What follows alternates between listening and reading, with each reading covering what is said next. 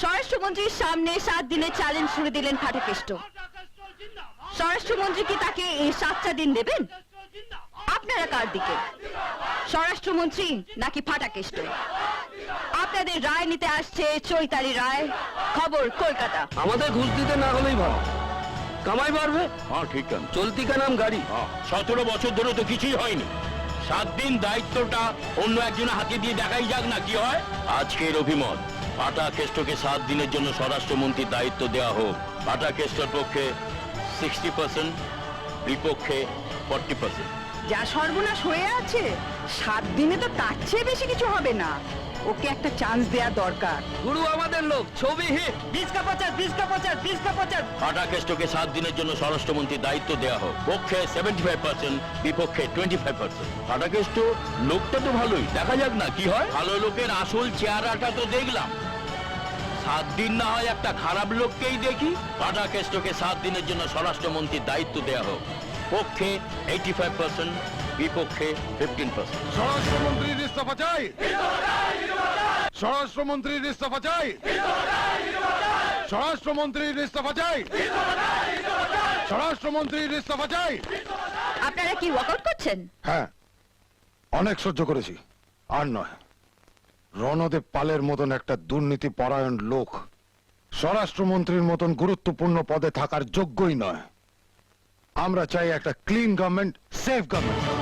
স্বরাষ্ট্রমন্ত্রীর ইস্তফা চাই, স্বরাষ্ট্রমন্ত্রীর ইস্তফা চাই।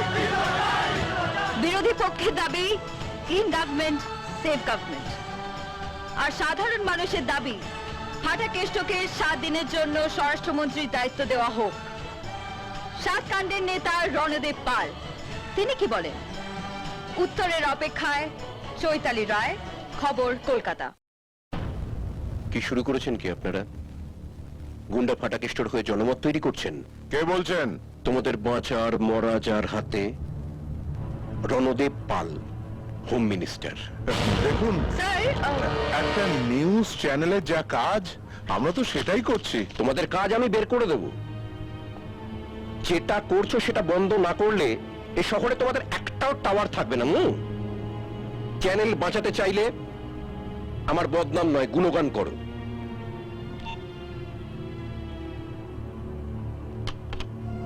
হোম মিনিস্টারের ফোন ছিল। কি বললেন? তুমি যা করছো তা বন্ধ না করলে এই শহরে আমাদের একটা টাওয়ারও থাকবে না। তাই চ্যানেল বাঁচাতে চাইলে ওর বদনাম নয়, আমরা যেন ওর গুণগানই করি। কাকে ফোন করছো? হ্যালো, হোম মিনিস্টারকে দিন। চৈতালি রায়, খবর কলকাতা। চৈতি দাদা, কি বলেছেন আপনি? আমরা যেটা করছি সেটা যদি বন্ধ না করে এই শহরে আমাদের কোনো টাওয়ার থাকবে না। আমাদের চ্যানেল বাঁচাতে গেলে আপনার গুণগান করতে হবে। ঠিক তাই।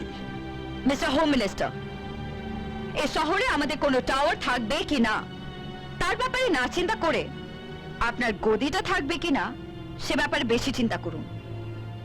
তাতে আপনারই মঙ্গল।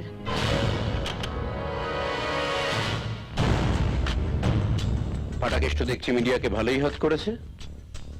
রতন দাদা, দুর্জয়কে ফোন লাগা। আচ্ছা। আমি এমএলএ ফাটাকেষ্ট, আমি এমএলএ ফাটাকেষ্ট, বুঝলে?